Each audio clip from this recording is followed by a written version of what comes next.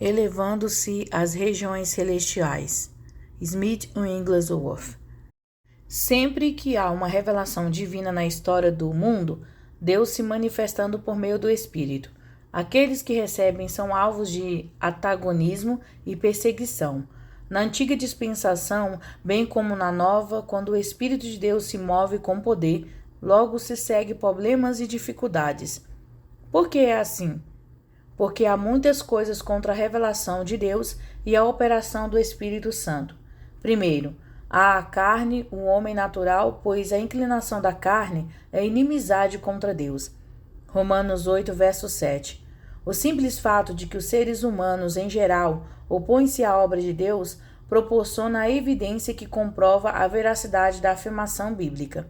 Segundo, a partir da inimizade humana contra Deus, cresce a oposição do mundo. Nosso Senhor Jesus Cristo deixou bem claro para os seus seguidores de todas as épocas que o mundo é contrário a ele e seu reino. Ele falou sobre seus discípulos: "Dê-lhes a tua palavra, e o mundo os odiou, porque não são do mundo, assim como eu não sou do mundo." João 17, verso 14. Terceiro, o diabo e todas as suas hostes malignas também se organizam contra toda manifestação de Deus. O diabo é o príncipe deste mundo. João 16, verso 11. É também o espírito que agora opera nos filhos da desobediência. Efésios 2, verso 2.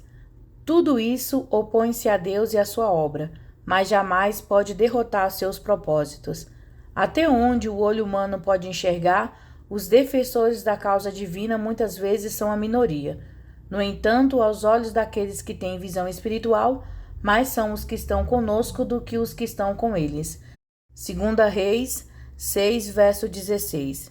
Por isso, Eliseu disse ao seu servo: "Não temas, a impiedade pode crescer e alastrar-se, mas quando o Senhor ergue sua bandeira sobre os santos, é vitória certa, mesmo que o exército deles esteja em desvantagens numéricas."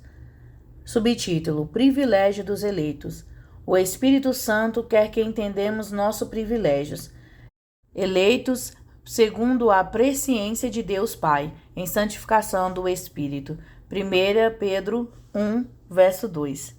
Esta obra de santificação do Espírito, 2 Tessalonicenses 2, verso 13, não se refere à purificação do pecado, refere-se a uma ordem mais elevada da obra redentora.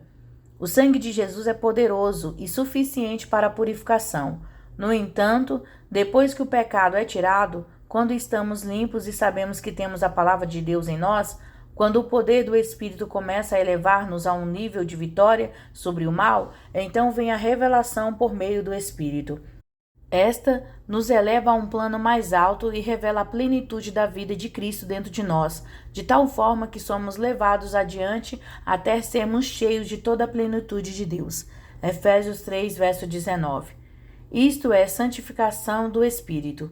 É uma grande obra pela qual ele foi nos dada, e é o propósito para o qual Deus nos chamou. Não sei se você aceita essa eleição. Não sei se mostra ser digno dela, ou se permite que o Espírito santifique.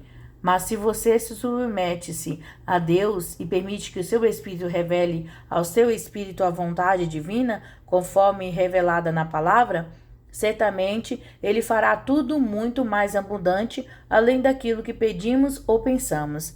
Efésios 3, verso 20. A palavra eleitos é preciosa para mim. Ela me mostra que antes da fundação do mundo, Deus planejou fazer-nos a este triunfo glorioso e a vitória em Cristo, a quem seja a glória na igreja em todas as gerações para todo sempre. Amém. Efésios 3, verso 21. Alimente-se desta palavra. Permita que ela crie raiz em seu coração. Deus tem um propósito para realizar na vida da igreja, algo que redundará em glória ao seu nome por todas as gerações. Esta é a mais sólida base para a fé, que a salvação deve ser para louvor e glória da sua graça. Efésios 1, verso 6. Deus predeterminou, planejou e fez a plena provisão para realizar esta obra maravilhosa em todo aquele que não aniquila a graça de Deus. Gálatas 2, verso 21. Algumas pessoas distorcem essa verdade abençoada. Dizem assim: somos eleitos, tudo ficará bem. Conheço muitos que creem nesse tipo de eleição. Dizem que foram eleitos para serem salvos. Acreditam que há pessoas que já foram escolhidas de antemão para a perdição. Não é verdade. Todos são eleitos para serem salvos. Se irão ou não se salvar é outra história. A visão pervertida desta verdade preciosa torna as almas indiferentes a esse grande propósito divino, a santificação do Espírito. 2 Tessalonicenses 2, verso 13. Esta é a forma pela qual Satanás se opõe à obra de Deus no mundo, pervertendo, fazendo a verdade parecer algo que não é de fato, de modo que as almas são mantidas longe do glorioso propósito de Deus, em favor do qual a salvação foi planejada. A salvação seria bem precária se não pudéssemos livrar a humanidade daquilo que traz mais miséria e tristeza ao mundo, o pecado. Note novamente, essa santificação do Espírito é para a obediência e aspersão do sangue de Jesus Cristo. 1 Pedro 1, verso 2. Sem obediência não existe verdadeira santificação. Evitaremos muitos problemas se pudermos entender a palavra do Senhor Jesus quando ele disse: por eles me santifico a mim mesmo, para que também eles sejam santificados na verdade. João 17, verso 19. Jesus acabara de orar e de pedir: santifica-os na verdade, a tua palavra é a verdade. Verso 17. Subtítulo: santificação produz obediência. Quando alguém chega à eleição da santificação do Espírito, será obediente em tudo o que é revelado na palavra. Na mesma medida, quando você deixa de obedecer, deixa também de receber a santificação do Espírito. Uma pequena atitude nos priva de grandes coisas. As pessoas dizem: o fulano é muito bom, mas o cicrano é excelente, mas aquele jovem está crescendo muito, mas não podemos haver mas na santificação do Espírito. Os mas e o se não existem mais. E daqui em diante é serei e farei. Se há alguns mas em sua atitude para com a palavra de Deus, isso é indicação de que há áreas em sua vida que não foram ainda submetidas ao Espírito. Oro para que estejamos dispostos a entregar-nos à santificação do Espírito, a fim de entrarmos na mente de Cristo e concernente à eleição e nos apossarmos dela. Para que você se sinta mais encorajado, talvez seja útil que eu lhe mostre o que é eleição, pois não é difícil provar se uma pessoa é ou não eleita. Por que você está interessado neste livro? Será porque deseja conhecer mais a Deus? Se assim for, foi Deus quem lhe deu este desejo. Ele o está atraindo para a sua luz. Se você realmente recebeu Jesus como Senhor e Salvador, foi porque o Pai atraiu você. Jesus disse: ninguém pode vir a mim se o Pai que me enviou o não trouxer. João 6, verso 44. Temos certeza de que Deus não voltará atrás daquilo que começou a fazer. Jesus acrescentou: e eu o ressuscitarei no último dia.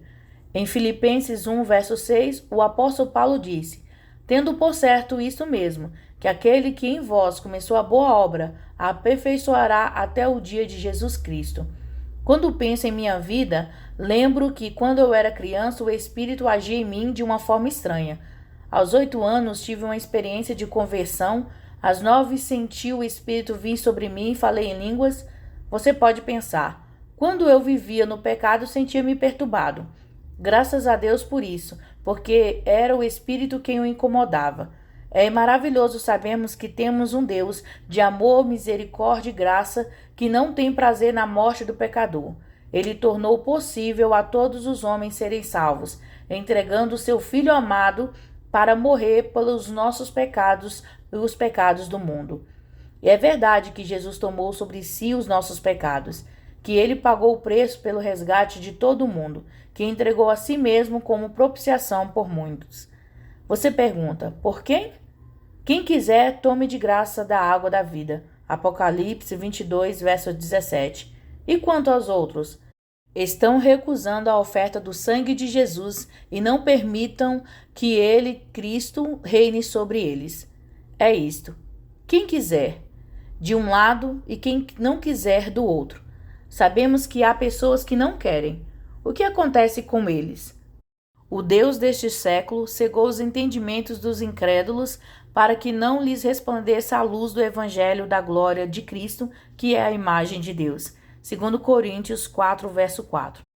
Por meio da santificação do Espírito, de acordo com a eleição, chega-se a um ponto onde não é mais importunado. Há uma paz na santificação do Espírito, pois é um lugar de revelação de lugares celestiais. É o lugar onde Deus chega a revelar-se. Quando ficamos face a face com o Senhor, recebemos uma paz que ultrapassa o entendimento e que nos eleva a um estado de crescente assombro. É maravilhoso. Subtítulo: O Crisol da Fé. Bendito seja o Deus e Pai de nosso Senhor Jesus Cristo, que segundo a sua grande misericórdia nos gerou de novo para uma vida de esperança pela ressurreição de Jesus Cristo dentre os mortos. 1 Pedro 1, verso 3. Essa santificação do Espírito nos leva a uma harmonia com a esperança viva da glória de Deus. A esperança viva é exatamente o oposto daquilo que é morto. Esperança viva significa algo em movimento, implica contemplarmos aquilo que esperamos. Esperança viva significa manter a visão, ela vê Jesus chegando. Temos de viver nessa esperança. Não devemos tentar sentir que cremos. A esperança nos mantém esperando e mantém-nos preparados e cheios da alegre expectativa da vinda do Rei. Louvado seja Deus! Se a ideia da vinda do Rei não representa uma esperança viva para você, é preciso que analise se já o entronizou de fato em sua vida. Este é o plano de Deus para você. Há uma alegria real na expectativa de sua vinda. Haverá uma alegria infinitamente maior quando acontecer. Creio que você estará tão próximo de Deus que nada impedirá que tenha essa esperança viva.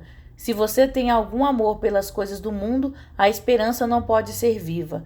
A vinda de Cristo significará a supressão do mundo. Se há em seu coração concupiscência ou soberba da vida, sua esperança não pode ser viva. Naquele dia, tudo aquilo que é elevado será subvertido. Isaías 1. A salvação é muito mal compreendida. Aquilo que experimentamos no passado mediante a fé foi apenas o início. A salvação é maravilhosa, tão poderosa que se vai desenvolvendo passo a passo, até que nada mais haja em nós que precise ser arrancado, seja no espírito, na alma ou no corpo. No que concerne a Deus, tudo já está preparado e aguardando até que estejamos prontos para receber. O pecado teve início no espírito da humanidade. Assim, a salvação também deve ser operada ali, antes que haja um livramento das consequências do pecado. Enquanto isso, se basearmos nossa fé no poder de Deus, seremos guardados na virtude de Deus para a salvação já prestes para ser revelada no último tempo. 1 Pedro 1, verso 5. Muitas vezes não sabemos o que Deus deseja operar em nós por meio das tribulações e tentações. Elas operam duas coisas. Quando ocultamos algo errado em nosso interior, a tribulação faz revelá-lo, trazendo o erro à superfície, a fim de que reconheçamos a necessidade da salvação de Deus naquela área. Entretanto, por que até os filhos de Deus mais piedosos passam por tribulações? Para que a própria fidelidade, lealdade e pureza da fé seja manifestada e se achem em louvor, aí honra e glória na revelação de Jesus Cristo. 1 Pedro 1, verso 7, parte B. O ouro que é provado no fogo torna-se mais puro e mais precioso. Pedro diz que sua fé é muito mais preciosa do que o ouro que perece. 1 Pedro 1, verso 7. Certa vez fui a um lugar e um homem me convidou para ver a purificação do ouro. Ele pegou um pouco do metal, colocou em um pequeno crisol e acendeu um maçarico embaixo. Inicialmente, o ouro ficou vermelho e depois começou a derreter. Então, o homem pegou um instrumento e mexeu no ouro derretido, retirando as impurezas. Passou o objeto várias vezes até que não havia substâncias estranhas alguma. Depois, ele mesmo me disse: olhe, nós dois vimos nossos rostos refletidos no lingote de ouro. Era uma peça maravilhosa. Sua fé é muito mais preciosa do que o ouro que perece. Quando você é provado pelo fogo, o mestre está trazendo as impurezas à tona e retirando-as, arrancando tudo aquilo que impede que sua imagem seja vista em você, tudo aquilo que não é eterno e tudo o que não tem valor aos seus olhos. É bom saber que, em tempos de perplexidade, em épocas em que você está certo, mas é tratado como se estivesse errado, Deus está com você, abençoando e realizando algo que não somente glorificará o seu nome, mas também será para que você se ache em louvor e honra e glória na revelação de Jesus Cristo. 1 Pedro 1, verso 7. Portanto, não desanime nem fique se lamuriando. Deixe o fogo queimar, será para o seu bem, ao qual não havendo visto, amais. 1 Pedro 1, verso 8. Que palavras doces! Não há uma voz e um toque tão gentios, tão suaves e tão cheios de carinho como estes. Será que é impossível amar a Deus sem tê-lo visto? Deus torna isto possível. Embora, por enquanto, amemos Deus, mesmo sem o termos visto, Ele nos capacita e deseja que nos alegramos com gozo inefável e glorioso. Verso 8. Alegre-se, temos algo glorioso em que podemos alegrar e gloriar-nos. Deus nos proporcionou uma maravilhosa salvação, apesar de sermos indignos. Exorto-o em nome do Senhor, a que viva em tal comunhão com Ele, e que não haja nada entre vocês. Você dará a Ele a prioridade em todas as coisas?